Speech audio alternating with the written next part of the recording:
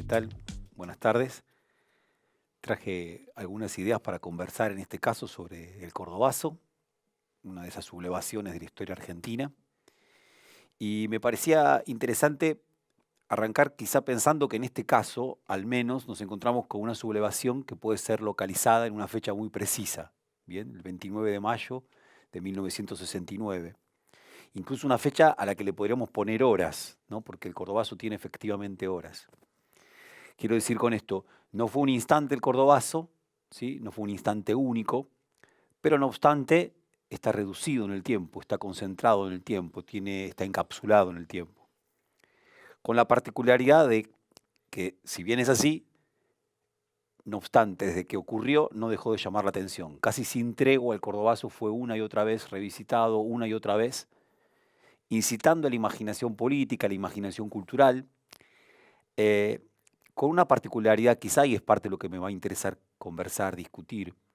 A diferencia de otros momentos del pasado reciente argentino, de los años 60 o de los años 70, el cordobazo sobre todo llamó a identificaciones, a adhesiones, ¿bien?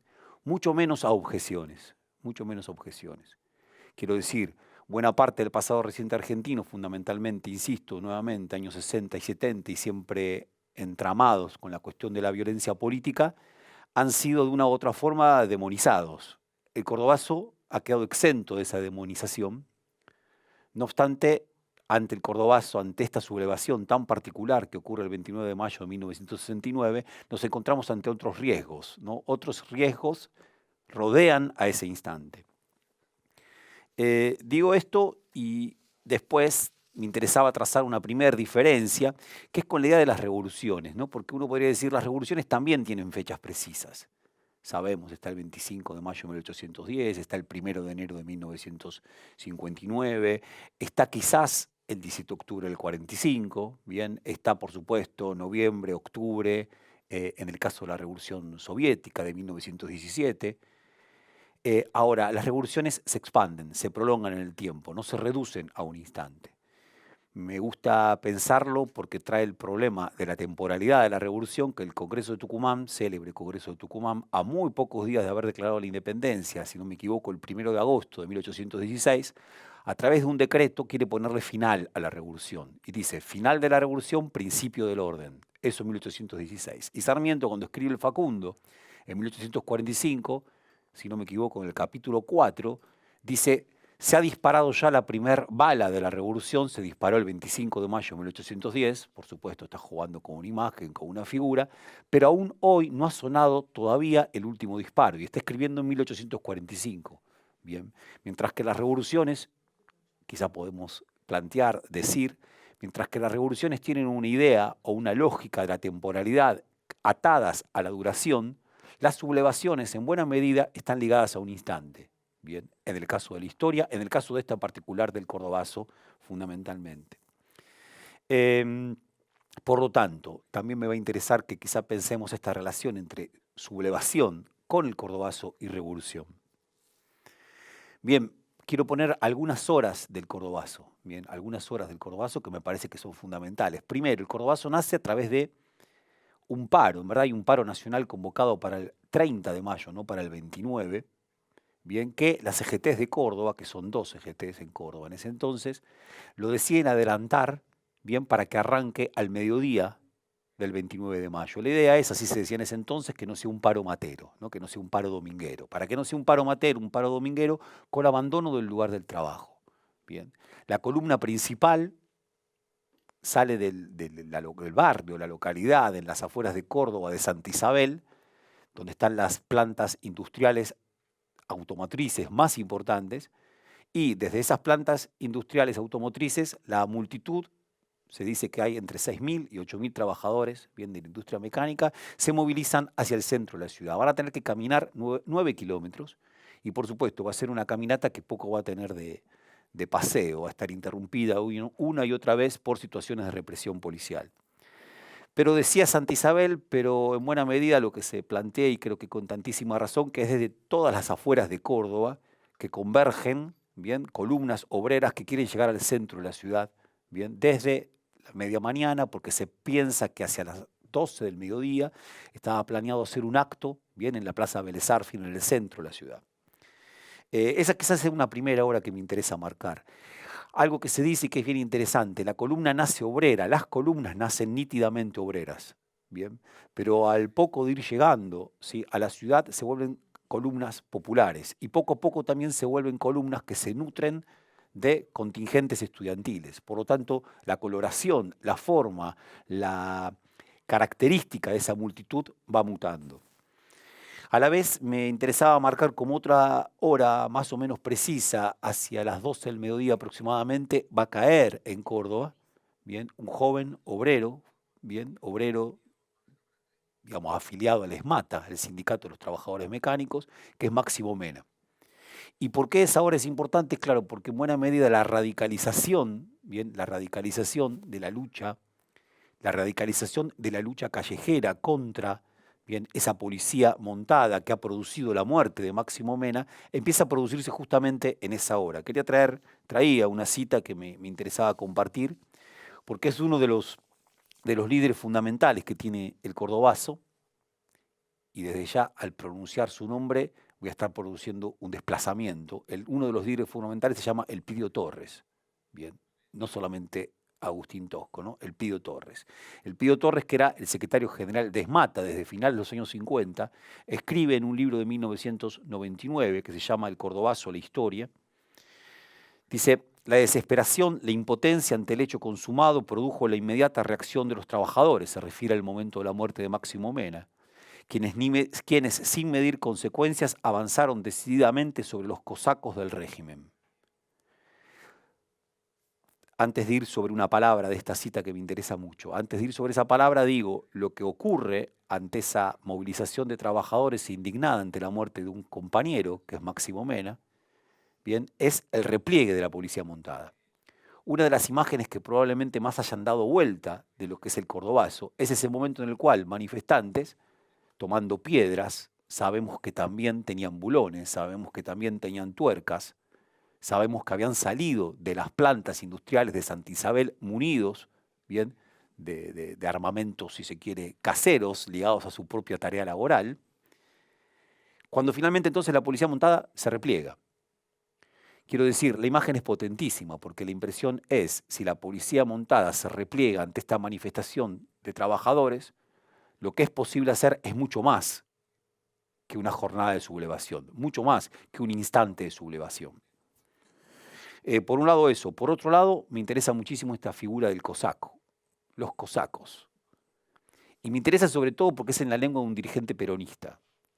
El gran problema del Elpidio Torres, que es el gran dirigente del cordobazo, se va a decir con tantísima razón que solamente con luz y fuerza, solamente con el genial Agustín Tosco, el cordobazo no se hubiera podido producir de la misma forma, por un problema sin duda básico. La cantidad de agremiados que tenía Luz y Fuerza no tiene comparación con la cantidad de agremiados del ESMATA, en un momento, por supuesto, del altísimo desarrollo de la industria automotriz. Sin embargo, claro, Elpidio Torres ha pasado a estar oculto en la historia del cordobazo. Bien. Este libro, en buena medida, el que les acabo de citar, El Cordobazo y la Historia, de 1999, es un libro que está transido del dolor de un dirigente que se ha visto casi borrado, bien, de los libros de historia. Me interesa incluso cómo se define en un momento Elpidio Torres. Elpidio Torres dice: yo soy un dirigente sindical, por supuesto, peronista, con trato con Bandor, mucho trato con Bandor, bien, mucho trato con Bandor. Y además soy un dirigente sindical de camisa y corbata, como eran los dirigentes sindicales antes del peronismo. Bien. No de mameluco. Muestra sus diferencias con Tosco. Y dice, Tosco también era un dirigente sindical de camisa y corbata. Sin embargo, bien, un par de veces le tomaron una foto con mameluco y el mameluco de Tosco pasó a ser el emblema de un tipo de dirigente sindical distinto. Pero éramos dirigentes sindicales de camisa y corbata y fuimos nosotros los que produjimos el cordobazo. Digo esto y voy con la palabra fundamental esta de cosacos, ¿no? Porque es una palabra que en la lengua de un dirigente sindical peronista tiene una procedencia muy distinta, ¿no? Cosacos tiene que ver, por supuesto, con la referencia a la Revolución Rusa de febrero y el ataque de los cosacos sobre los manifestantes. Casi como si uno tuviera ante la posibilidad de decir, incluso la lengua peronista, en un dirigente de camisa y corbata, está también tomado por una lengua previa de la clase obrera, que es una lengua también internacionalista. Digo esto y sigo dándole vueltas, ¿no? Se suele decir y se suele plantear, claro que la movilización tiene ese primer momento, la muerte de Máximo Mena marca un momento de intensificación de la lucha, de repliegue de las fuerzas del orden, y a partir de ese entonces, el centro de lo que ocurre en el Cordobazo tiene lugar en el llamado barrio Clínicas, el barrio de los estudiantes, con una participación que se vuelve altísima de los estudiantes, también de los vecinos de la ciudad de Córdoba, y también de los trabajadores, aunque también se dice que los trabajadores poco a poco empiezan a retirarse de la ciudad, vuelven a sus casas, vuelven a sus casas. Al caer la tarde queda muy claro cuáles son los blancos de ataque de esa manifestación. Bien, y los blancos son muy sintomáticos, muy emblemáticos. Empresas norteamericanas, ¿no? Como la Xerox, Citroën, el casino de suboficiales de la aeronáutica, una confitería, que es una confitería de las clases pudientes de Córdoba, ¿no? De los vecinos respetables de Córdoba, el Oriental. Y es en ese momento que empiezan a desenvolverse, a desplegarse las barricadas. Hacia las 5 de la tarde, aproximadamente, el ejército empieza a penetrar, bien, desde el oeste de la ciudad. Y, digo, los combates recrudecen. Y claro, me interesa quizás otro pequeño dato, pero para introducir nuevamente a Tosco, ¿no? Hacia las 11 de la noche, ¿no? Los trabajadores de Luz y Fuerza, encabezados por Agustín Tosco, deciden cortar la luz de la ciudad de Córdoba. Bien, cortar la luz de la ciudad de Córdoba. En buena medida para lograr, cosa que logran, dificultar el avance, bien, de las fuerzas policiales, que a la vez, de las fuerzas, perdón, del ejército, que a la vez pasan a tener un enfrentamiento, pasan a tener un hostigamiento enteramente nuevo, que pasa a ser una gran novedad de todo esto, que son francotiradores. Francotiradores que desde ese entonces hasta esta parte es difícil entender de dónde procedieron. Bien, no hay trabajo, no hay acercamiento, ni hay aproximación que entienda, que comprenda, que pueda explicar del todo de dónde procedían esos disparos. Bien, ¿verdad? Sí procedían desde las azoteas, bien, de Córdoba, de las casas y los edificios de Córdoba, pero no está claro lo más mínimo quiénes estaban detrás de esos disparos.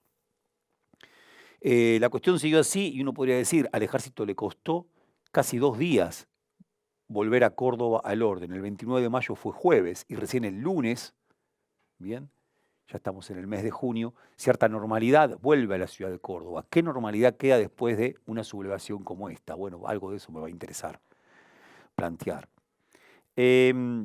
Algunas cuestiones que son bien claves. Una, primero, que se trató como rasgos de esta sublevación.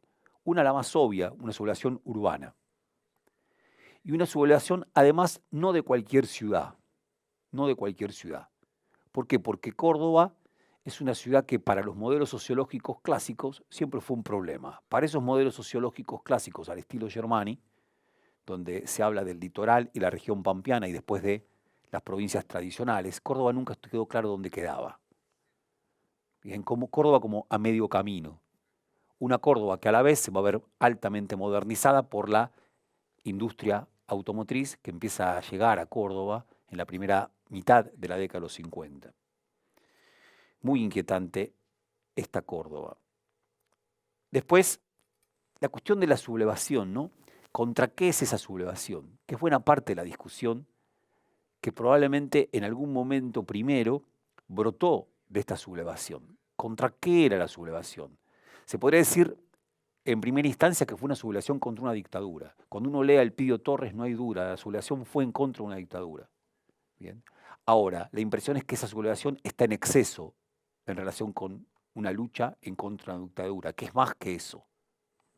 Por lo menos va a ser parte de la discusión, bien, que se va a dar con posterioridad. De una dictadura que, claro, es la de Juan Carlos Onganía, la dictadura que se había establecido a mediados de 1966, una de las dictaduras más fuertes que hasta ese entonces habíamos conocido en la Argentina, una dictadura que se proyectaba, así decía Onganía, se pensaba a sí mismo más de 20 años en el gobierno, una dictadura altamente ligada al capital norteamericano, a los grandes monopolios. Después, otro elemento que me parece importante aunque se sepa y quizás ya lo hayamos dicho, está regada de pequeñas batallas. Está regada de pequeñas batallas, ¿no? Uno podría pensar las sublevaciones en la historia y la violencia.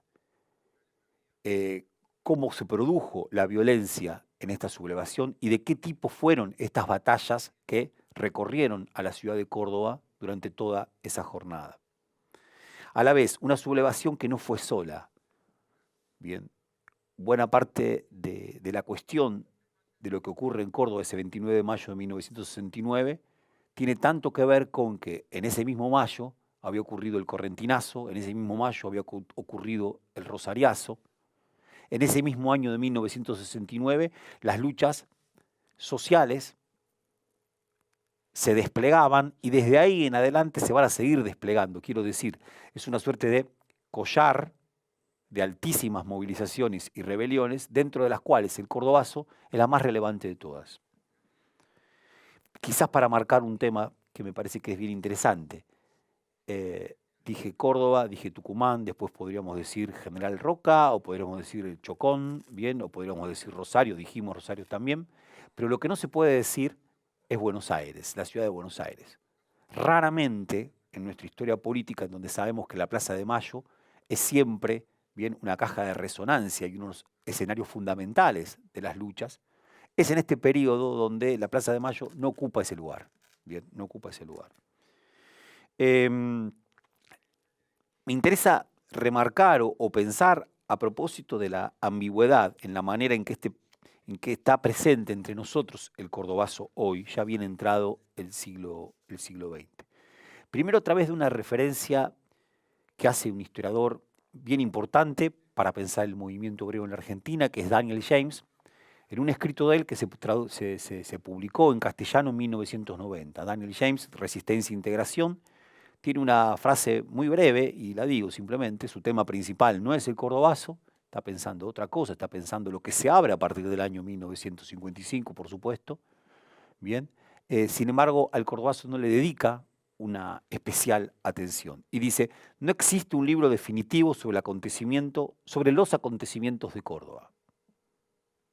Me interesa mucho esta idea de no existe un libro definitivo. Bien. Quizá podríamos imaginar que a Daniel James solamente al afirmar algo de estas características le está hablando una suerte de lengua académica que suele decir esto de que no hay libro definitivo sobre las cosas. Bien.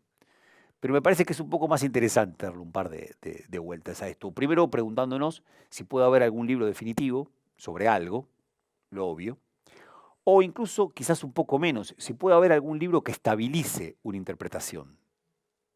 Bien. Respecto al cordobazo, Daniel James, al decir que no hay un libro definitivo, probablemente estuviera diciendo que no hay un libro que estabilice la interpretación. Pero a la vez también podemos decir si puede haber un libro que estabilice, un libro definitivo que estabilice una sublevación. De vuelta con lo que señalaba anteriormente o con una fórmula parecida, podríamos estar tentados de plantear que una sublevación en la historia es aquello que no alcanza a tener un libro definitivo que se estabilice. Una sublevación en la historia está en un estado inestable, bien, inestable, también imprevisto por las capturas a las que ese estado mismo habilita. Quería arrancar con eso, por ahí. Bien, y un poco más, y tenía que ver con ciertas humoradas con las que veníamos charlando recién, ¿no? Ciertas pequeñas chanzas. El cordobazo fue y sigue siendo muy reconocido, incluso por aquellos que son críticos de la radicalización política de los años 70 o la radicalización política de los años 60. Bien. Quizás llega hasta extremos. Un extremo, por supuesto, es el extremo del macrismo. Hacia finales de octubre de 2015, uno de los últimos actos de campaña que hace Macri en la ciudad de Córdoba, lo que hace es convocar un cordobazo de la producción, un cordobazo del crecimiento. Quiero decir, se atreve Macri en esas circunstancias a hacer uso de ese significante, a hacer uso de esa palabra, en tanto es una palabra que parece no implicar mayores riesgos. Decíamos anteriormente, o traté de plantear desde el comienzo, el cordobazo ha llamado a tantísimas identificaciones y a pocas objeciones. Bien. Tal como si hubiera sido fuertemente cosmetizado, estilizado. Me contaba un colega de Córdoba que en Córdoba, si no me equivoco, fue en una radio, Oscar Aguad, le preguntaron sobre el Cordobazo y habló civilizadamente sobre el Cordobazo, ¿no? Escondiendo, el, por el apodo que tiene, ¿no? Escondiendo el milico que lleva a flor de piel, bien, casi que no se notó, porque habló del Cordobazo y lo entendió como una lucha por la dictadura y no sé si habrá mencionado a Tosco, si habrá mencionado a Tilio López o al Pidio Torres. No obstante, pudo explayarse sobre él sin salir espantado o sin replicar directamente, bien, con la negación o con el- la impugnación de ese acontecimiento. Eh, entonces, ligo una cosa con la otra. Quizá eh, estaríamos ante la sospecha de que la posibilidad de que el cordobazo sea así capturado, incluso por sectores reaccionarios de la política y la cultura argentina, tenga que ver con la ausencia de un libro definitivo, ¿bien? O tenga que ver con la ausencia de una estabilización del conocimiento sobre esta sublevación. Digo, ¿podríamos sospechar que es por este lado? Creo que no, creo que no. En todo caso, después lo conversaremos. Ahora me interesa ir a un punto que creo que tiene que ver con esta cuestión de cómo se cosmetizó al cordobazo. El año pasado, 2019, se cumplieron los 50 años, bien, del cordobazo. Y al cumplirse los 50 años del cordobazo, la revista Eñe, ¿no? de circulación, si se quiere, por lo menos de las pocas revistas culturales que quedan dando vuelta, ¿no? Del diario Clarín, saca un suplemento sobre el año Cordobazo y una de las principales plumas que escriben a propósito de los 50 años del Cordobazo es la de Luis Alberto Romero, ¿no? Uno de los historiadores argentinos de mayor reconocimiento, de más larga trayectoria, etcétera, etcétera.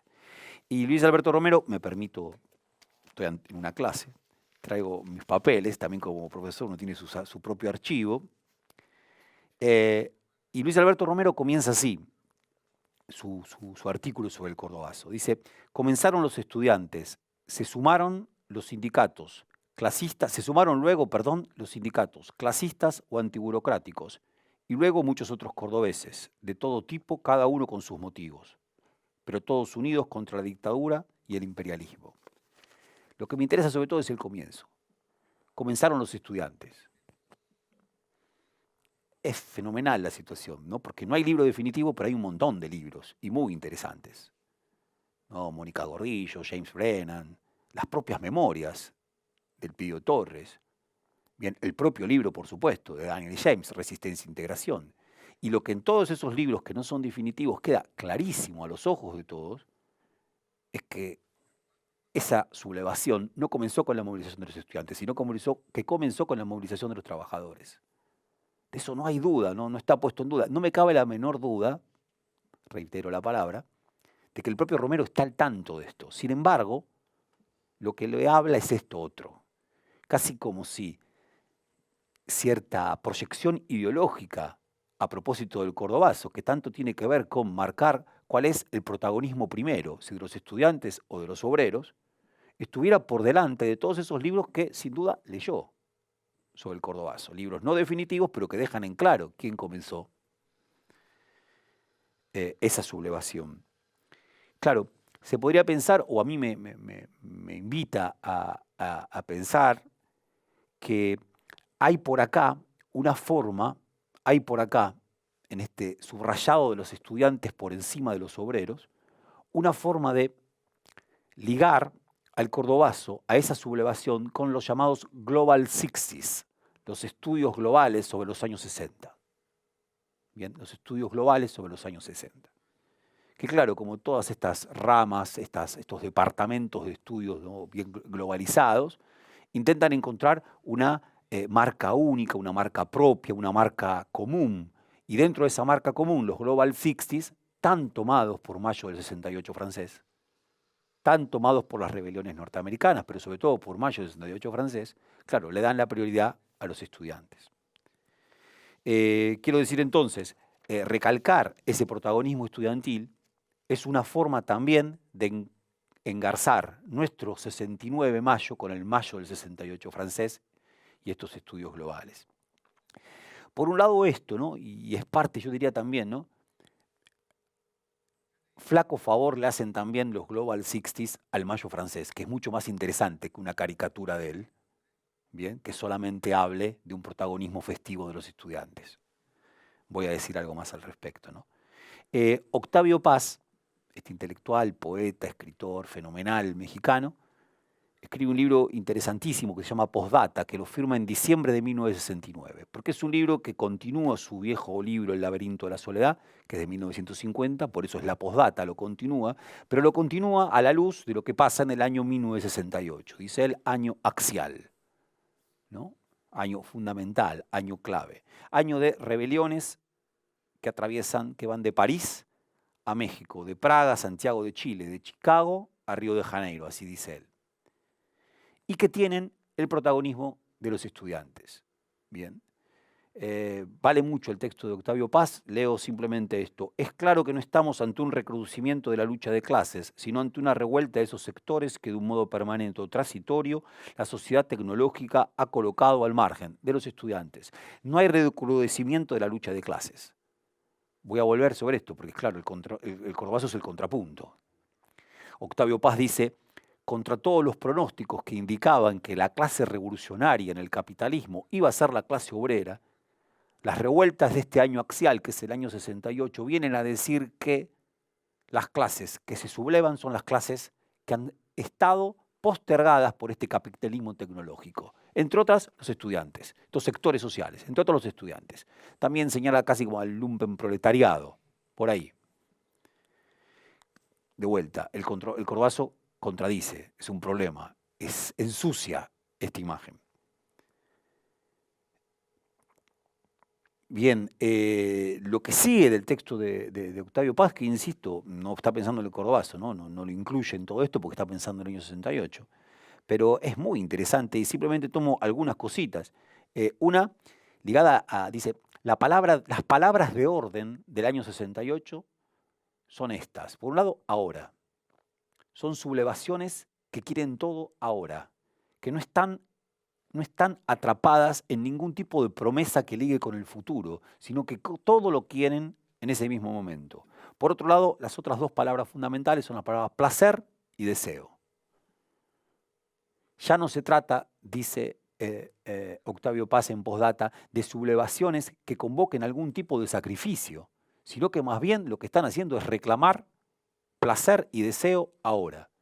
Esta es la gran novedad, ¿bien? La gran novedad que trastorna al capitalismo tecnológico. Esa figura construye él.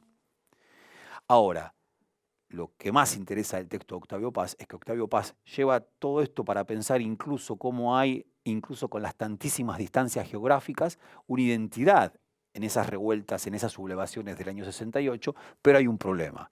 En México eso termina en tragedia. La tragedia de la plaza de Tlatelolco, de la masacre de Tlatelolco, el 2 de octubre de 1968. Bien, digo, mientras que en París no hubo tragedia, en México hubo tragedia. Bien, en México hubo tragedia. Una tragedia que, claro, lo que va a hacer Octavio Paz es tratar de ligarla con toda la historia de México.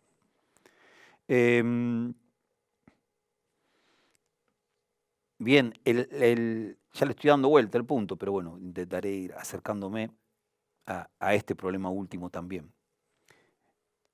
¿Por qué? Porque yo diría así, mientras que los estudios, los Global 60s, colocan por delante el mayo del 68, no colocan la tragedia. Mayo del 68 puede ser leído bajo alguna clave como una anticipación de estos tiempos nuestros. La masacre de Tlatelolco, el 2 de octubre de 1968, una masacre que hace pensar que los mexicanos no tuvieron dictadura, pero tuvieron un acontecimiento producido en democracia que dejó en esa cultura una marca probablemente tan fuerte como una dictadura. Bien, no se sabe la cantidad de muertos que hubo en Tlatelolco, no se sabe, no hay forma de registrar la cantidad de muertos. Los archivos de lo que fue la masacre de Tlatelolco, cantidad de fotografías recién se han puesto a disposición pública hace un par de años con la asunción de López Obrador. Bien, decía, Tlatelolco nos devuelve otra imagen de lo que fue el 68. Probablemente nos devuelve otra imagen, más bien de pesadilla, bien, y que en tanto liga con lo que va a continuar de la historia argentina. una pequeña observación, pero que me interesa muchísimo. Hay un gran texto, no hay libro definitivo sobre mayo del 68, pero hay muchos muy buenos textos. Este es uno. En el año 1994, la revista Estudios de la Universidad de Córdoba, dirigía esta revista Héctor Schmuckler, saca un volumen, son 25 años de de la sublevación de Córdoba, totalmente dirigido a pensar el cordobazo, a tratar, a escribir sobre el cordobazo. Bien. Entre otras cosas, además de exposiciones interesantísimas como la de Carlos Altamirano, la de Juan Carlos Torre, la de Lucio Garzón Maceda, la del propio Héctor Schmuckler y la de su hijo Sergio Schmuckler. Bien. Además de todo eso, nos encontramos con mucho material de archivo. Entre otras cosas, recogen, por ejemplo, una genial nota del obispo de Córdoba en ese entonces, que se llamaba Jerónimo José Podestá, que estaba ligado a la teología de la liberación. La nota se llama Cristo también fue un agitador.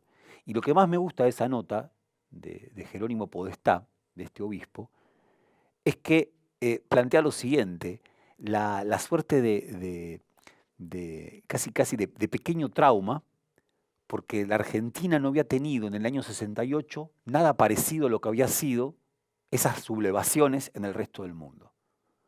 Cuenta Jerónimo Podestá que durante el año 68, no lo voy a leer para no detenerme más, paso así, pero está buenísimo, convoco a que lo lean. Cristo también fue un agitador, así se llama.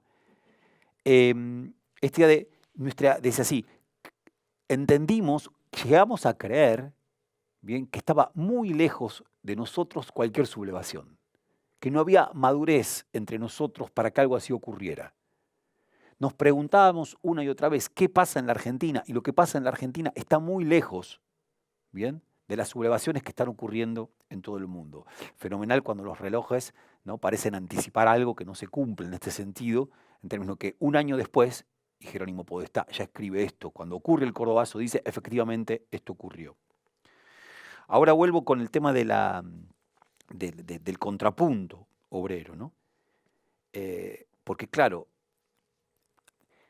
se suele decir y hay acuerdo, y Lucio Garzón Macea es un abogado laboralista que trabajaba junto con Esmata, que procede de la izquierda y de la izquierda del peronismo, bien interesante Lucio Garzón Macea, fue un escritor y a la vez testigo, es intérprete y testigo, participante del cordobazo.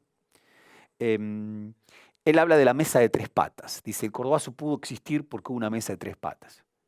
Bien, esa mesa de tres patas fue la mesa compuesta por Atilio López, que desde los años final, digamos, de la posterior a la caída del peronismo, bien, cuando se normaliza la CGT, pasa a ser el secretario general de la CGT de Córdoba, muy joven, una de las patas después al frente de la UTA, en el sindicato de los trabajadores del transporte, bien, el Pío Torres y Agustín Tosco.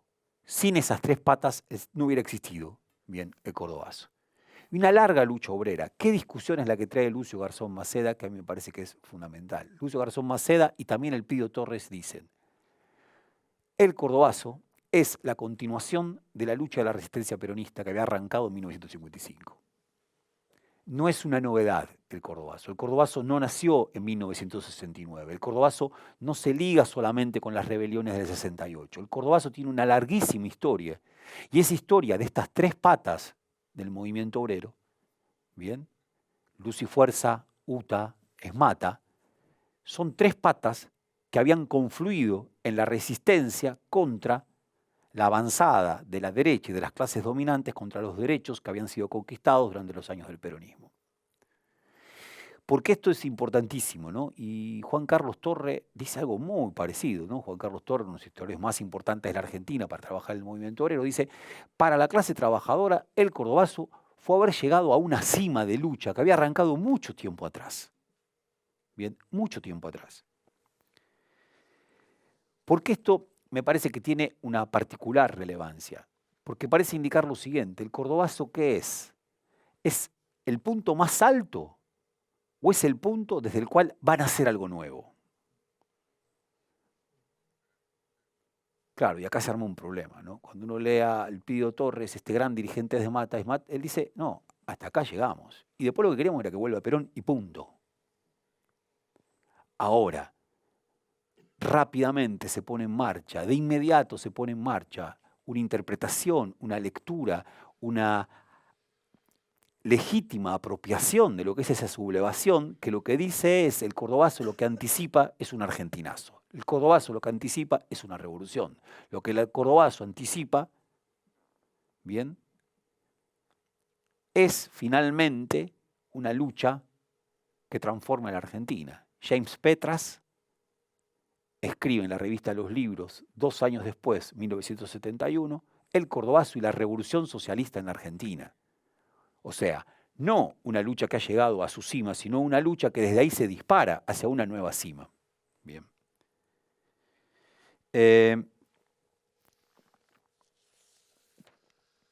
Bien, muy de la mano con esto va otro de los temas que se ha discutido y que se sigue discutiendo, cuando desbloqueamos al cordobazo de una simple lectura que diga empezaron los estudiantes, se sumaron los sindicatos.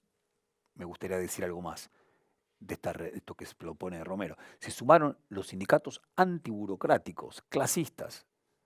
El Pío Torres tenía una muy buena relación con Bandor. Era sindicalista, lo llamarían burocrático. Y él estuvo al frente del cordobazo. Bien, él estuvo al frente del cordobazo. Y Atilio López, que después, por supuesto, va a ser vicegobernador de la provincia de Córdoba, junto con Obregón Cano, y que además va a ser asesinado por las 3A en 1974, en septiembre de 1974, en Buenos Aires, también en ese entonces era un sindicalista ligado con los sectores más clásicos, no con las CGT argentinos. No con las CGT argentinos. Por lo tanto, de vuelta, esto que aquí escribe Luis Alberto Romero, que desde ya es de los que más sabe de historia argentina, está tomado, sin embargo, o se deja tomar, se deja hablar por una interpretación altamente ideológica que está buscando ligar al cordobazo con otra cosa y no con lo que efectivamente fue como sublevación, que busca cosmetizarla, me vine con esa palabra. Decía, otra de las cuestiones que cuando desbloqueamos esto aparecen es la cuestión del espontaneísmo. Hay toda una jerga alrededor del cordobazo, toda una verba, toda una discursividad alrededor del cordobazo, que lo que quiere ante todo es subrayar el carácter espontáneo que tuvo la movilización, la sublevación. Y claro, lo que al Pío Torres, lo que a Lucio Garzón Maceda, creo que el propio Juan Carlos Torre en esta intervención en la revista Estudios deja muy en claro, es que hubo un alto nivel de organización. Alto nivel de organización. Es muy interesante para detectar cómo empezó a aparecer alrededor de la cuestión de la organización la cuestión de la violencia. Al principio era simplemente cuestiones de autodefensa, después empezaron a nombrar más cosas, esto de los bulones que llevaban los trabajadores. Lucio Garzón Maceda, en un libro bien interesante del año 2009, termina diciendo, las paredes del ESMATA, bien, se ve que de los sótanos del ESMATA, estaban tiznadas por las bombas Molotov con que practicábamos para esa jornada. Y el propio Tosco vino a ESMATA a tirar bombas Molotov practicando para esa jornada. O sea, había una violencia de parte de la propia clase trabajadora que estaba pergeñada, ¿no? Que estaba planificada. Lo que no quita, o mejor dicho, lo que empalma con lo siguiente, el acontecimiento en sí fue pensado, fue tramado, fue organizado. Ahora, que haya sido de esa forma fue lo que luego permitió que haya habido algo que se colocara en exceso respecto de él y que inaugurara algo nuevo. No estaba en los planes del Pío Torres, ni de Agustín Tosco, ni del propio Atilio López, bien, que se destruyeran las instalaciones de la Xerox en el centro de Córdoba o que se destruyera la confitería La Oriental. Hay algo que excedió, hay algo que fue más allá. Bien, esto, ¿no? Esto. Va a decir Lucio Garzón Maceda que aquellos que les gusta la idea del espontaneísmo va a ser aquellos que, primero, que siempre que ven que hay algo organizado sospechan de que hay algo maquiavélico detrás, y a la vez también que gustan pensar que se trató de algo ligado a esa acción espontánea de las masas porque ellos no estuvieron en la previa organización. Bien, esa previa organización, entre otras cosas, y me faltaba decirlo, obviamente implica el hecho de un paro que no quería ser matero. Bueno, me parece que en el centro de todo esto está la cuestión estudiantes, obreros, estudiantes. Bien, estudiantes, obreros, obreros y estudiantes. Dice Juan Carlos Torre de manera bien interesante, ¿no? Si bien para la clase obrera eso es una cima, la lectura que hacen de esos acontecimientos, bien, los estudiantes y las jóvenes de las capas medias, es que ahí nace algo nuevo y que son ellos los protagonistas de eso nuevo que nacen en alianza con las clases trabajadoras. Ahora, me quiero detener a propósito de esto en algo que de alguna forma no diríamos que anticipa esta estilización estetizante del cordobazo ligada a esto de los Global Sixties, que es un poema muy conocido de Pasolini, ¿no? El italiano Pier Paolo Pasolini, que en el año 1968, a propósito de estas tantísimas revueltas, las de Italia en particular, escribe un poema que se llama El Pecci, ¿no? El Partido Comunista Italiano, para los jóvenes. Leo simplemente unos versos. Dice: ahora los periodistas de todo el mundo, incluidos los de la televisión, les lamen, como creo que aún se diga en el lenguaje de las universidades, el culo. Yo no, amigos. Tienen caras de hijos de papá. Buena raza no miente. Tienen el mismo ojo ruin. Son miedosos, ambiguos, desesperados, muy bien. Pero también saben cómo ser prepotentes, chantajistas y seguros. Prerrogativas pequeños burgueses, amigos. Cuando ayer en Valle Giulia pelearon con los policías, yo simpatizaba con los policías. Porque los policías son hijos de pobres. Vienen de las periferias, campesinas o urbanas. Discordante, tremendo poema de Pasolini. Tremendo poema de Pasolini porque lo que hace es mofarse, burlarse, tomar distancia de esa rebelión estudiantil en Europa a la que descalifica por su origen de clase. Los únicos que no eran pequeños burgueses prepotentes, ruines, bien, en esa manifestación eran los hijos de los policías. Ahora, quizás la única hipótesis que me interesa sostener acá. Si Pasolini hubiera estado entre nosotros, habría pensado otra cosa y habría estado muchísimo más contento. Bien. ¿Por qué? Por un lado, por el protagonismo obrero. Bien. Por un lado, por el protagonismo obrero, pero por algo más también. Que, déjenme, lo tomo de algo que hago un pequeñísimo paréntesis. Tanto mayo del 68 como octubre y las luchas estudiantiles que ocupan todo el año y que terminan trágicamente en México, en Tlatelolco, el 2 de octubre, como nuestro mayo del 69 fueron muy registrados por las cámaras de televisión y por el cine político. Cosa que hace muy interesante. No hay tantas sublevaciones como las que ocurren en esa época, en ese periodo, en esa coyuntura, tan tomadas por las cámaras. En el caso de México hay un documental que vale la pena ver, hoy se puede ver en la web. Anteriormente, en México había sido imposible de ver por muchísimos años. Bien, en la Argentina era absolutamente imposible, nunca se estrenó, se llama El Grito. Bien, El Grito. Su director es un muchacho muy joven que va a morir muy poco tiempo después, se llama López Arreche, y está hecho por el Centro Universitario de Estudios Visuales, creo que se llamaba CUEC, Estudios Cinematográficos, dependiente del UNAM.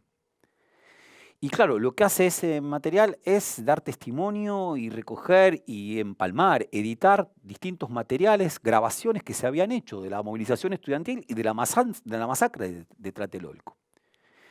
Y está trabajado fundamentalmente con un texto que es de la periodista Oriana Fallaci, periodista italiana que en ese momento viene a Estados Unidos, que había sido corresponsal de guerra en Vietnam. Realmente nunca me interesó demasiado lo de Oriana Fallaci, pero estuvo en México, estuvo en Tlatelolco ese día.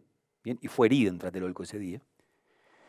Pero colocado el texto de Oriana Fallaci en la película El Grito, es fenomenal, interesantísimo. Y leo lo siguiente. Dice así, Oriana Fallaci, casi como conversándolo con Pasolini, o casi como queriendo invitar a Pasolini a que vea América Latina, digamos, ¿no? Que seguramente Pasolini tenía en su radar, ¿no? Dice, me habían impresionado aquellos miles de muchachos, porque son muchachos, ¿sabes? 13, 14, 16, 18, lo máximo 23 o 24 años. Chicos pobres además, porque los estudiantes mexicanos, además, solo una pequeña parte son hijos de burgueses. La mayor parte son hijos de campesinos, de obreros, y en su mayoría pertenecen al Politécnico. Entonces tú ves a estos muchachitos y no son como nuestros estudiantes con sus camisas limpias, el pantalón recién planchado, los zapatos limpios, sino que son desaliñados y se parecen a los campesinos que los domingos bajan al pueblo, como se veía en Italia hace 20 o 30 años o incluso hoy. Y un poco tímidos, llenos de pasión y entusiasmo, pero tímidos, como son los campesinos. Quiero decir, esta descripción de los estudiantes muy probablemente hablara del estudiante Cabral, ¿no?, que murió en Corrientes. Muy probablemente hablara de Blanco y muy probablemente hablara de Bello, en Rosario. Muy probablemente hablara de Santiago Pambillón, que había muerto en el 66 siendo estudiante y obrero en una manifestación en Córdoba. Muy probablemente hablara de Máximo Mena. Digo, estos son los estudiantes de América Latina. Bien, me gustaba pensar esto y sumar y ahí ya para ir cerrando, para ir terminando, algo de nuestras películas sobre Mayo del 69. Bien, nuestras películas. Fundamentalmente hay dos, ¿no? Fundamentalmente hay dos, o por lo menos a mí me interesa pensar con dos, son las dos que conozco. Una se llama Argentina, Mayo del 69, Los Caminos de la Liberación, es una película colectiva, bien, entre otros Eliseo Subiela, bien, tiene una pequeña pieza de la que un tanto se avergüenza, según se puede ver en YouTube, porque en esa pequeña pieza que él dice compuso porque trabajaba en publicidad, lo que enseña es a cómo hacer una molotov. Bien.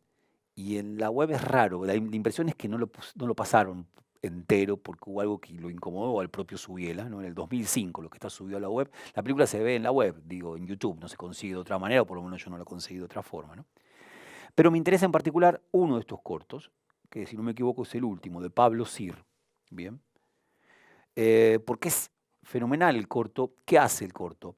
Eh, Está todo narrado por un obrero, ¿no? Un obrero que está volviendo a la fábrica a trabajar luego de lo que había ocurrido, el Cordobazo. Uno podría decir, en esos primer lunes posterior al Cordobazo vuelve a la fábrica y rememora. Y no puede creer que esté volviendo a la fábrica después de todo lo que pasó. ¿Bien? Entonces se pregunta incluso, ¿no?, si efectivamente eso que imaginó, que él imagina, si pasó. Está todo igual. La pregunta insistente es, ¿está todo igual? Y hacia el final del texto dice lo siguiente. Eso pasó hace unos días y ahora voy a entrar a la fábrica y todo parece igual. Pero no es tan igual, porque ahora nos dimos cuenta que podemos hacerlo. Si yo solo toda la noche los volví locos, ¿qué pasará cuando cada uno de nosotros tenga un revólver? Ahora voy a entrar a la fábrica y todo parece igual, pero no. Porque ahora ellos y nosotros sabemos que podemos hacerlo. No hay otra alternativa. Puede durar mucho o poco, pero en Córdoba el 29 de mayo les declaramos la guerra. Claro, y la palabra que aparece es esta, tremenda palabra, guerra. No, Pablo Sir construye a un obrero, y en Córdoba varios han dicho con razón, no tiene tonada cordobesa, parece que no es un obrero cordobés. Y ese obrero que construye Pablo Sir es un obrero que lo que convoca es a la guerra. Bien, convoca una guerra. De vuelta, cuando uno lea Elpidio Torres, no hay una guerra. Es una lucha contra una dictadura y es una lucha por la vuelta de Perón. Pero no solamente cuando lo lee a Elpidio Torres. La otra película, interesantísima película, es Ya es tiempo de violencia, de Enrique Juárez. Tanto Pablo Sir como Enrique Juárez son cineastas desaparecidos. Ya es hora de violencia, ya es tiempo de violencia, perdón. Claro, con un tremendo título, Ya es tiempo de violencia. Hace algo muy parecido. También construye un obrero, pero este es un obrero porteño que va a trabajar a Córdoba. Y claro, y también, ¿no? Después es un francotirador, agarra su pistola 22 y se va a tirar, ¿no? Y la impresión es la misma, es una batalla y esa batalla sigue la guerra. Ahora, la película concluye con un texto que Agustín Tosco, una carta que Tosco, que va a ser prontamente encarcelado, como también Elpidio Torres, envía a los manifestantes, envía a la clase trabajadora cordobesa desde la cárcel de Santa Rosa. Y en esa carta, ¿qué plantea Tosco? En esa carta Tosco no plantea ni la guerra ni la revolución. Plantea que hay una lucha, incluso llega a decir, Es hora de que la Argentina se institucionalice, que la voluntad popular tenga la posibilidad de elegir a quien lo gobierne. De vuelta, escuchamos la palabra obrera, y la palabra obrera, fundamental, a través de estos dirigentes claves, no es una palabra que convoca a una guerra, sino que está convocando, en todo caso, a una posibilidad de transformación política que se produzca en los marcos de una democracia reconquistada. Quiero decir, hay un malentendido enorme alrededor del Cordobazo. ¿No? Hay un malentendido enorme. Fácil es pensar, fácil es decir que el Cordobazo produce la unidad estudiantil obrera. Esa unidad no fue sin grano, no fue sin asperezas. Bien, no fue a la vez sin disímiles interpretaciones acerca de qué había sido eso. Si había sido un escalón de una lucha obrera que había nacido con la resistencia peronista o era una nueva lucha que anticipaba una revolución o una guerra futura. Bien, y ahora sí para concluir, me interesaba mucho y por eso lo ponía incluso en el título posible de esta conversación, esta idea de la fiesta. Bien, esta idea de la fiesta. Por lo que conozco, soy profesor de historia fundamentalmente, no un investigador, la palabra fiesta se empieza a ligar al Cordobazo no en el 69, bien, no en el 69, sino con posterioridad. Bien, con posterioridad. Uno podría decir sublevación, revolución, sublevación, guerra, sublevación, fiesta. Bien, sublevación, fiesta. Casi me podría decir, porque me interesa ir por ese lado, que cuando se opaca, cuando se eclipsa la chance de que esa revolución, tal como se había supuesto, podía ocurrir a partir de lo que el Cordobazo inauguraba, es solo a partir de ese momento que el Cordobazo empieza a sobrevivir como una fiesta. Bien. Por lo menos en lo que yo encontré, la primera marca fuerte, importantísimo de esto, tiene lugar en el texto en una gran novela de Antonio Marimón, cordobés, militante cordobés, luego ligado a los grupos maoístas. Bien, el libro se llama El antiguo alimento de los héroes. Marimón vive en México, en verdad se exilia en México, y el libro es de 1988. Y tiene un capítulo para hablar del Cordobazo que se llama La Fiesta. Bien, que se llama La Fiesta. Extraño, porque todo el capítulo está como armado un tanto a contrapelo de este obrero de Enrique Juárez o este obrero de Pablo Sir, porque es un muchacho que más bien tiene miedo y no tiene ganas de participar porque tiene miedo, hasta que finalmente se entrega a la embriaguez. Entonces dice, no, la idea de que siempre la sublevación tiene que ver con un estado de embriaguez, y ese es el mayor misterio, ¿de dónde proviene esa embriaguez? Y esa embriaguez es la que produce la fiesta. La fiesta vuelve a ligar con el instante, no con la larga duración, sino con el instante. En el texto de 1994 de la revista Estudios, que citaba de la Universidad de Córdoba, le da una importancia fundamental a esta idea de fiesta, tanto Héctor Schmuckler, bien, como su propio hijo, Sergio Schmuckler, ¿no? En tanto que la idea es, aún con todo lo dramático que pasó después, bien, aún con todo lo dramático que pasó después, aún no pudiendo olvidar la cantidad de muertos, bien, que se produjeron en el propio Cordobazo y que se produjeron después, en la historia que rápidamente iba a proseguir en la Argentina, no podemos dejar de decir que eso que ocurrió en el Cordobazo tuvo algo que ver con la fiesta y con la felicidad. Bien, ahora sí, para terminar y conversar, si les parece, quería cerrar con un texto de algo muy breve, pero una cita de Derrida, también el texto es de 1994, Espectros de Marx, conocido texto de Derrida. Dice así Derrida en Espectros de Marx, dice, si la legibilidad de un legado fuera dada, natural, transparente, unívoca, si no apelara y al mismo tiempo desafiara la interpretación, aquel nunca podría ser heredado. Se estaría afectado por él como por una causa, natural o genética. Se hereda siempre de un secreto que dice, léeme, ¿serás capaz de ello? Bien. Claro, traer que una sublevación implica un legado. O cómo encontramos en cada sublevación un legado. Ahora, ese legado nunca es transparente. Bien, nunca es transparente. Hay un desafío en cómo se lee ese legado. Es verdad, toda sublevación es en sí mismo el desafío que invita a que lo leamos de alguna forma, a que hagamos algo a partir de qué lectura producimos de él. Bien. Bueno, a partir de esto ahora conversar lo que tengan ganas de arrancar ustedes.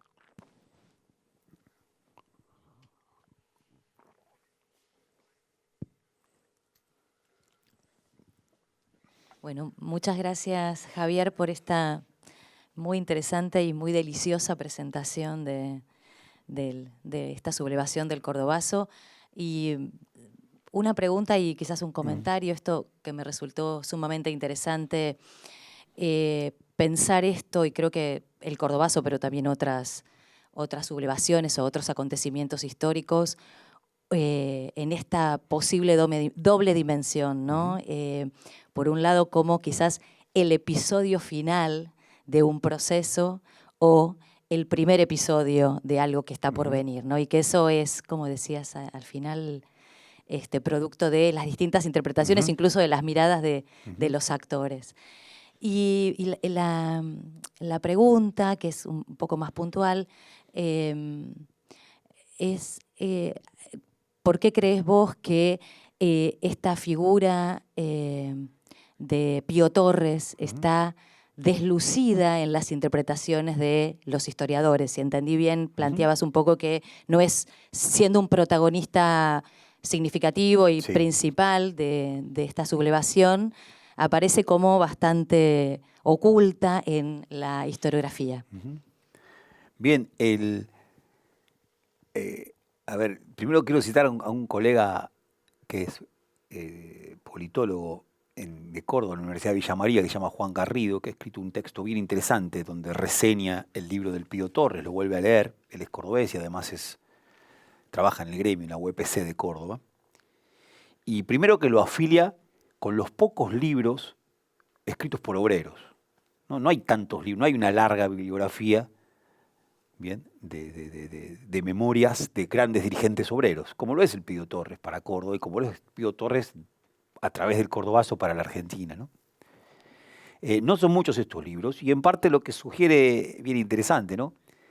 Así como el libro de Cipriano Reyes le reclama a Perón la autoría del 17 de octubre del 45, lo que está haciendo este libro de manera muy parecida es reclamar la autoría del Cordobazo, una autoría que él dice compartida, pero que una y otra vez, ¿no? Me da la impresión que es casi como un Trotsky que dice me borraron de la foto. Llega incluso a puntos muy extremos que a mí me interesan muchísimo. Por ejemplo, lo que hace es cita el texto de James Brennan, que es uno de esos libros no definitivos, pero muy importantes que se hizo en la década de los 90. Si no me equivoco, se llama El Cordobazo, Guerra de Clases. Bien, me está faltando el título, pero es James Brennan y es un libro bien importante, editado por Sudamericana. Y lo que hace el Pío Torres es citar la contratapa, y en la contratapa lo que dice ese texto es: el Cordobazo lo produjeron René Salamanca, Atilio López y Agustín Tosco. Dice, Salamanca en el año 1969 no tuvo ningún protagonismo. Aparte él mismo lo dice, nunca René Salamanca quiso tener protagonismo. De hecho, la Fiat, los trabajadores de la Fiat, bien, por la propia situación salarial que tenían, realmente no participan. Bien. A mí me parece, yo diría dos cosas. Uno, por un lado me llama la atención, y por eso lo citaba Juan Garrido, porque él quiere pensar esto y me parece que vale, ¿no? Ahora yo decía, el Cordobazo no fue demonizado. A mí me parece que hay algo de... Se le sacó el peronismo de encima el Cordobazo. Y ahí hay un problema muy, muy serio, ¿no? Al sacarse el peronismo de encima, por eso hasta el macrismo puede decir el Cordobazo del crecimiento. Se lo lavó en esta cosmetización estudiantil no peronista, ¿no?, del Cordobazo. Efectivamente se produjo alrededor de él, se hizo de él un artefacto, ¿bien?, que luce bien, ¿no?, que luce bien. Casi como una suerte de excepción en las luchas obreras, estudiantiles, populares, argentinas, que esté más allá, bien, del peronismo. A mí me parece que hay algo de ese estilo. Por otro lado, tiene que ver, claro, hay otra cosa que esto lo comenta otro compañero, Diego García, también de Córdoba. Dice, tiene razón, bueno, era muy difícil estar al lado de Tosco. La presencia de Tosco, el carisma de Tosco, la capacidad que Tosco tuvo para ser puente con el movimiento estudiantil, que efectivamente lo fue. Bien, que efectivamente lo fue. El hijo de Tosco, lo escuché hace muy poquito decir, a Héctor Tosco, que también trabaja en Luz y Fuerza, que en verdad él dice, y seguramente tiene algo que ver con lo que piensa el padre, lo pensaba el padre, que hubo una cuarta pata en el Cordobazo, que fueron los estudiantes. Y el gran vínculo entre el movimiento obrero y los estudiantes fue Agustín Tosco, con una lengua que, por supuesto, más una lengua de la izquierda, pero insisto, vale ver, ya es tiempo de violencia. Bien, esta película de Enrique Juárez, esa carta que envía Tosco desde la cárcel de Santa Rosa al movimiento obrero cordobés, no es la carta de un revolucionario, es la carta de un hombre de izquierda moderado. Bien, un hombre de izquierda moderado. Insisto, para volver a pensar qué cosa, que hay un Tosco que no está convocando a una guerra de clases ni a una lucha, una insurrección general, que está pensando en la lógica, bien, del movimiento trabajador y sus avances y sus progresos, ¿no? Y sus luchas más propias y legítimas. Bueno, me da la impresión que por acá, otra diría esto, ¿no? El Cordobazo, con Elpidio Torres, dirigente obrero, al frente de Esmata, si no me equivoco, del año 58, con vínculos con Bandor, se transforma en un episodio muy entramado con la historia argentina. Sin Elpidio Torres, solamente con Agustín Tosco, con el protagonismo estudiantil, se transforma en una excepción, en algo que brilla solo. Y si brilla solo, no tiene el barro, no tiene el peso de la historia argentina, que es inconveniente. Que es inconveniente. ¿Bien? Por ese lado lo pensaría. La pregunta iba en el mismo... ¿Estás hablando? Sí. La pregunta iba también en el mismo sentido. Iba a preguntar algo sobre el borramiento del peronismo, pero lo contestaste. Y entonces ahora iba a volver a la idea, a la otra cuestión que planteabas de Romero, con respecto a tratar de inscribir la lectura del Cordobazo en la perspectiva de los estudios de los movimientos sociales, educativos, vinculados con la educación. Y ahí hay como una doble, puede ser que haya como una doble operación entre, por un lado, la perspectiva colonizante de querer inscribir a la Argentina en un movimiento global, partido de Francia y de Praga. Y por el otro lado también tratando de querer construir una épica de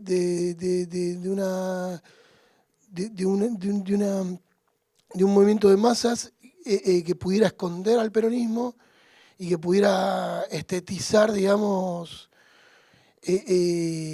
una perspectiva, bueno, digamos, vuelvo a preguntar sobre el peronismo, digo, una perspectiva no peronista. Digo, porque las múltiples lecturas sobre el Cordobazo en el movimiento estudiantil no peronista siempre retomó la idea del Cordobazo como la lucha antiburocrática y que, digamos, de alguna manera soslayaba esto que también planteaste vos, que fue que, digamos, el Cordobazo lo que fue una continuación en algún sentido de lo que, digamos, de la resistencia peronista del 55 para acá. Sí. Digamos, no había terminado de unirlo, eso estaba muy bueno. Sí, a mí yo creo que es así. También hace algo bien interesante acá el Pío Torres, que tendríamos que hacerlo. Se tendría que hacer y no está hecho. Porque el Pío Torres no le quita relevancia al movimiento estudiantil. Para nada. No llega a decir que es la cuarta pata de la mesa, como señala Héctor Tosco hace poquito, ¿no? Lo decía en Córdoba. Sin embargo, no le da esa relevancia, pero sin duda afirma que hubo una importantísima participación estudiantil. Ahora, lo que hace que es muy interesante es que reconstruye genealógicamente qué viene pasando en la Universidad en Córdoba del año 66. Lo hace al estilo de él, pega archivo, mucha cita, y lo que plantea fundamentalmente es que están creciendo muchísimo los grupos estudiantiles ligados a la iglesia, nacionalistas, que buscan distanciarse de los reformistas, que han ganado cantidad de universidades. O sea, digo, hay un movimiento estudiantil que no es nítidamente de izquierda, o no solamente un movimiento estudiantil nítidamente de izquierda, sino que viene más bien en conjugación con lo nacional popular, que se identifica también con el peronismo. Bien, que se identifica también con el peronismo, que se va a radicalizar después del año 69, pero que llega al 69 bajo esta lógica. Bien, por supuesto, importantísimo también en el ámbito universitario el trabajo de los curas ligados a la teología de la liberación. Por lo tanto, todo eso produce un suelo que no es el suelo de una solamente nueva izquierda, que no es el suelo solamente de algo que nace sin mácula, sin enraizarse en otras tradiciones de la cultura política argentina. Bien. Bueno, ahí sí que hubo toda una operación, a la vez que me parece interesantísimo, ¿no?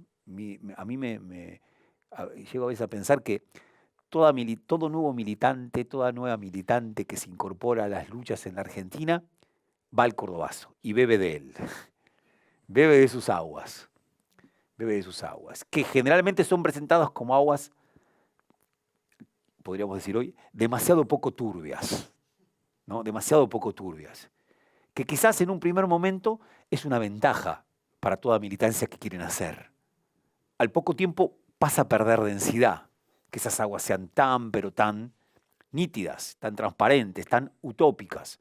Me refiero un segundito, porque es un texto interesantísimo de Carlos Altamirano en esta revista Estudios. Esa revista Estudios es genial, está toda colgada en la web, la Universidad de Córdoba lo ha subido, es fenomenal. Y Carlos Altamirano hace toda una reflexión a propósito del acontecimiento y el mito. Carlos Altamirano en ese momento, un estudiante, creo que todavía era estudiante, ligado a la militancia prontamente maoísta. Entonces él dice, está el acontecimiento cordobazo y está el mito cordobazo. Yo estoy invitado acá, 1994, pleno menemismo, y casi que me veo en la obligación de sacarme de encima el mito y hablar del acontecimiento cordobazo. Pero no, yo quiero hablar del mito cordobazo. Y para nosotros el mito cordobazo quería decir que la insurrección en la Argentina era posible. Ahora, lo que lo rodea todo el tiempo a Altamirano, entre otras cosas porque está al lado de Juan Carlos Torre y de Lucio Garzón Maceda, es que hubo un equívoco. Hubo un equívoco. Hubo una interpretación de los propios actores que dejaba imaginar que del cordobazo brotaba el argentinazo y la revolución socialista argentina, como dice James Petras en la revista Los Libros, en 1971. Ahora, faltaría un dato más. La experiencia Citrac-Citram, 1971, el Viborazo, la réplica, no, la nueva réplica del Cordobazo, y la experiencia Citrac-Citram, sí, René Salamanca y un sindicalismo antiburocrático, hace creer aún más que ese camino es posible. Y podríamos, yo diría que acá está el tema a veces quedó trunco eso. Lo que no quiere decir que no hubiera podido ser un camino, que era un forzamiento. No se desprendía con naturalidad, no caía como fruta madura del Cordobazo la guerra. No caía como fruta madura del Cordobazo la revolución. Había un forzamiento. Hubo militancias, fundamentalmente estudiantiles, también obreras, que buscaron ese forzamiento. Y obviamente se estrellaron. Bien, se estrellaron porque obviamente se les opuso, ¿no? Una pared, un muro, la represión, el terrorismo de Estado que los hizo estrellar, no por otra cosa. Bien. Ahora, así todo, hay algo ligado a la lectura de ese momento que uno puede decir, una lectura más ajustada hubiera permitido que incluso buscando un forzamiento, ese forzamiento fuera más eficaz. Bien, esa apuesta nueva fuera más eficaz. Bien, por ese lado lo diría. Me gustaría terminar de enturbiar todo, que venimos en ese camino. Una reflexión, te pediría una reflexión, me pareció interesante lo que vos planteabas como la figura del Pidio Torres, como un dirigente de lo que después podríamos rápidamente empezar a llamar de la burocracia sindical. Hablabas de la relación con Bandor, utilizando una lengua propia de la izquierda. Y ahí enseguida pienso en los programas de La Falda y de Huerta Grande, del sindicalismo peronista, quiero decir que se aleja un poco de la figura del burócrata sindical que la izquierda, inclusive la izquierda peronista, construyó pocos años después y que llevó al enfrentamiento, ¿no? Entonces, en lo que delineás vos, digamos, alrededor del cordobazo, en términos de dirigencia sindical, esa imagen del burócrata sindical que se opone a todo tipo de, digamos, de lío, de cosa que cambie un poco las reglas del juego, se pone a la cabeza, en este caso, de un proceso que se le va de las manos, tal como de alguna manera termina pasando y que vos mencionabas. Bueno, una reflexión acerca de esta figura del burócrata sindical, que los que venimos, como yo, del peronismo de izquierda, la tenemos como aquello que junta todo lo malo, y en esta mirada tuya, bueno, eso se termina de enturbiar, digamos, para bien de la figura de los dirigentes sindicales del momento, ¿no? Totalmente. Sí, sí, la figura del Pío Torres realmente es interesantísima. Y este libro realmente está atravesado por el dolor del no reconocimiento, ¿no? De haber sido caricaturizado en ese lugar eh, como dirigente burocrático y punto. Tiene una interesantísima correspondencia con Perón en ese mismo momento. Y en el libro se revela esa correspondencia con Perón. Ahora, a mí y esto que estás planteando me llevaría a pensar cómo eso que uno entiende como burocracia sindical, bien, sin duda necesita de un trabajo, de una caracterización muchísimo más precisa. Más precisa también por la disposición que cada dirigente sindical tiene a plegarse a los reclamos de sus bases. El gran problema que se discutió en Córdoba en mayo del 69 era el problema del sábado inglés, ¿no? Del sábado inglés. Esa era la gran cuestión.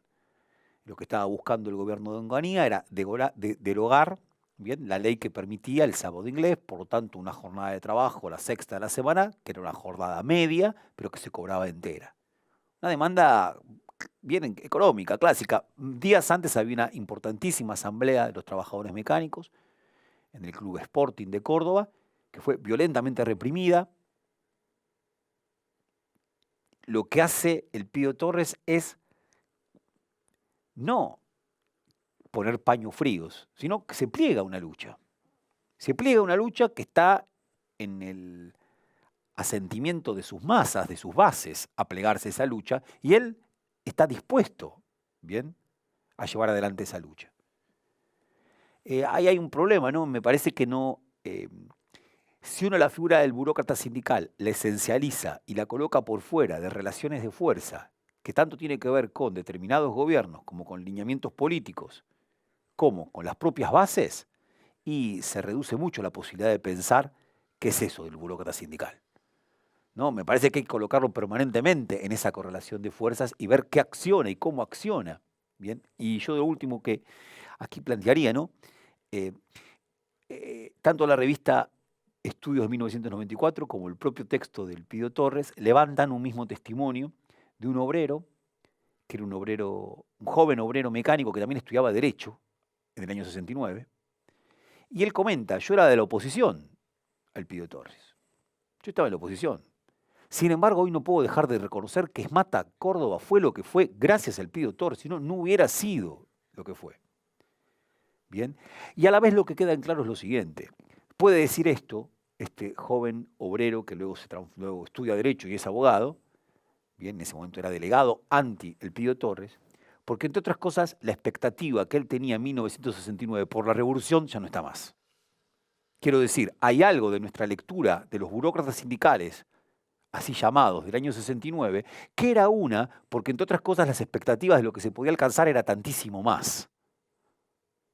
Bien, una vez, 1994, en donde lo que se está asistiendo es otra cosa, se asistió a la dictadura y se está asistiendo al desguazamiento del aparato productivo argentino, del Estado, etcétera, etcétera, etcétera. Bien, y claro, ante esto, lo dice este muchacho, no recuerdo su nombre ahora, está citado en uno y otro libro, bien, y el Pío Torres es un aliado. Bien. Eso nomás. Bueno, muchísimas gracias, ¿eh?